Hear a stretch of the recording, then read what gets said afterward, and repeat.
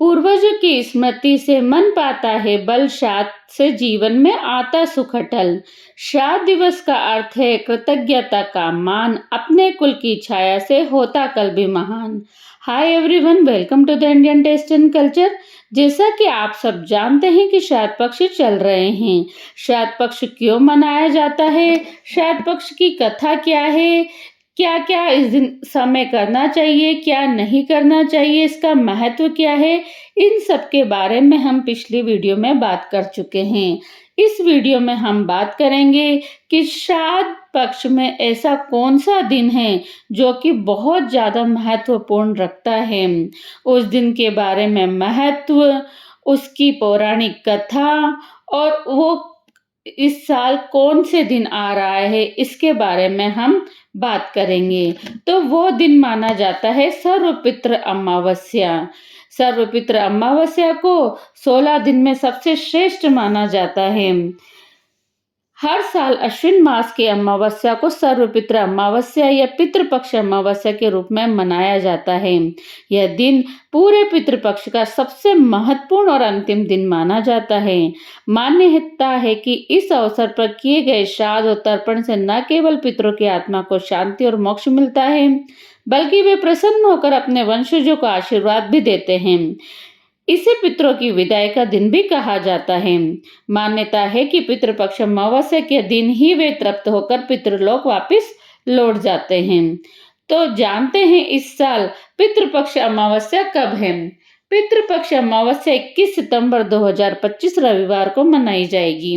अमावस्या तिथि 20 सितंबर की मध्य रात्रि 12:16 पर प्रारंभ होगी और अमावस्या तिथि का समापन 21 सितंबर की मध्य रात्रि 1:23 पर होगा। अब बात करते हैं कि ये दिन इतना ज्यादा महत्वपूर्ण क्यों माना जाता है। अमावस्या पितृपक्ष का अंतिम और अत्यंत महत्वपूर्ण दिन माना जाता है। इस दिन उन सभी दिवंगत परिजनों के लिए श्राद्ध किया जाता है जिनका निधन अमावस्या, पूर्णिमा, चतुर्दशी, पंचमी को हुआ है। मतलब धर्म ग्रंथों में उल्लेख मिलता है कि यदि कोई व्यक्ति पूरे पितृपक्ष के दौरान अलग अलग तिथियों पर श्राद्ध करने में असमर्थ हो तो केवल इस दिन श्राद्ध और तर्पण करके भी वह अपने सभी पितरों को तृप्त कर सकता है। ऐसा विश्वास है कि पितृपक्ष के 16 दिनों तक पृथ्वी पर विराजमान रहने वाले पूर्वज इस अमावस्या को तर्पण और पिंडदान से संतुष्ट होकर पुनः अपने लोक को आशीर्वाद देके लौट जाते हैं। जिन पूर्वजों की मृत्यु तिथि ज्ञात नहीं है या याद नहीं रहती, उनका श्राद्ध भी इसी दिन करना श्रेष्ठ और फलदायी माना जाता है। इसी कारण अश्विन मास की कृष्ण पक्ष की अमावस्या को सर्वपितृ अमावस्या के नाम से जाना जाता है। अब बात करते हैं सर्वपितृ अमावस्या की कथा के बारे में। श्राद्ध पक्ष में सर्वपितृ अमावस्या का बहुत ही महत्व है। ये पितरों की विदा करने की अंतिम तिथि है। अगर कोई श्राद्ध तिथि में किसी कारण श्राद्ध भूल जाता है तो वो इस दिन कर सकता है। आओ इस तिथि के महत्व और पौराणिक कथा के बारे में हम जानते हैं। देवता के पितृगण अग्निश्वांत जो सोमपत लोक में निवास करते हैं, उनकी मानसी कन्या अच्छोदा नाम की एक नदी के रूप में अवस्थित हुई। मत्स्य पुराण में अच्छोद सरोवर और अच्छोदा नदी का जिक्र मिलता है जो कि कश्मीर में स्थित है। एक बार अच्छोदा ने 1000 वर्ष तक तपस्या की, जिससे प्रसन्न होकर देवता के पितृगण और बहर्ष पद अपने अन्य पितृगण अमावस्या के साथ अच्छोदा को वरदान देने के लिए अश्विन अमावस्या के लिए उपस्थित हुए। उन्होंने अच्छोदा से कहा कि हे पुत्री, हम सभी तुम्हारी तपस्या से अति प्रसन्न हैं, इसलिए जो चाहो वो वर मांग लो। लेकिन अच्छोदा ने अपने पितरों की तरफ ध्यान नहीं दिया। वह अति तेजस्वी पितृ अमावस्या को अपलक निहारती रही। पितरों के बार बार कहने पर उसने कहा, हे भगवान, क्या आप मुझे सचमुच वरदान देना चाहते हैं?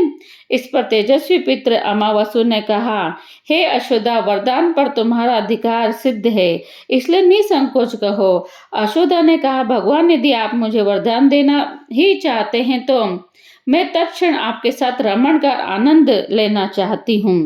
यशोदा के इस तरह के ने कहे जाने पर सभी पितृ क्रोधित हो गए। उन्होंने यशोदा को शाप दिया कि वह पितृलोक से पतित होकर पृथ्वीलोक पर जाएगी। पितरों के इस तरह शाप दिए जाने पर यशोदा पितरों के पैरों में गिरकर रोने लगी। इस पर पितरों को दया आ गई। उन्होंने कहा कि यशोदा, तुम पतित योनि में शाप मिलने के कारण मत्स्य कन्या के रूप में जन्म लोगी। पितरों ने आगे कहा कि भगवान ब्रह्मा के वंशज महर्षि पराशर तुम्हें पति के रूप में प्राप्त होंगे। तुम्हारे गर्भ से भगवान व्यास जन्म लेंगे। उसके उपरांत भी अन्य दिव्य वंशों में जन्म लेते हुए तुम शाप मुक्त होकर पुनः पितृलोक में वापस आ जाओगी। पितरों के इस तरह कहे जाने पर यशोदा शांत हुई।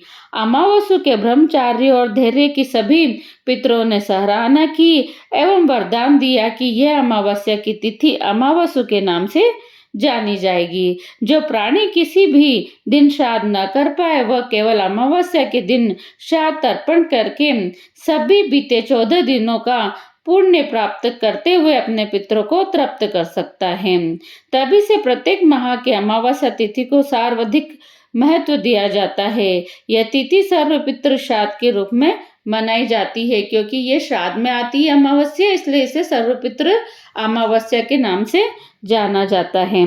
उसी पाप के प्रायश्चित हेतु कालांतर में यही यशोदा महर्षि पराशर की पत्नी एवं वेद व्यास की माता सत्यवती बनी थी। तत्पश्चात समुद्र के अंशभूत शांतनु की पत्नी हुई और 2 पुत्र चित्रांगन तथा विचित्र वीर्य को जन्म दिया था। इन्हीं के नाम से कलयुग में अष्टका श्राद्ध मनाया जाता है। तो इस तरह ये हमारे श्राद्ध का है कि श्राद्ध की पौराणिक कथा क्या है। अब जानते हैं कि श्राद्ध की पौराणिक कथा तो हमने जान ली, लेकिन जानते हैं कि इस समय हमें श्राद्ध के जो सर्वपितृ अमावस्या के दिन हमें किस चीज का हमें दान करना चाहिए, जो कि बहुत ज्यादा महत्वपूर्ण माना जाता है।